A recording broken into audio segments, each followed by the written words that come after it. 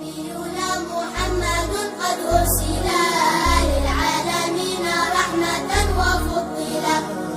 أبوه عبد الله عبد المطلب، وهاشم عبد مناف ينتسب، وأمه آمنة الزهرية أرضعته حليمة السعدية.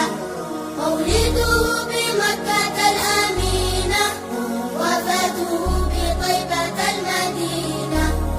أتم قبل الوحي 40، وعمره قد جاوز 60. وسبعة أولاده فمنهم 3 من الذكور تفهم.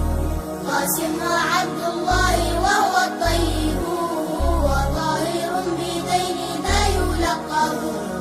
أتاه إبراهيم من سرية، فأمه مارية القبطية. وغير إبراهيم من خديجة هم 6 فخذ بهم وليجة. و4 من الإناث تذكر، رضوان ربي للجميع يذكر.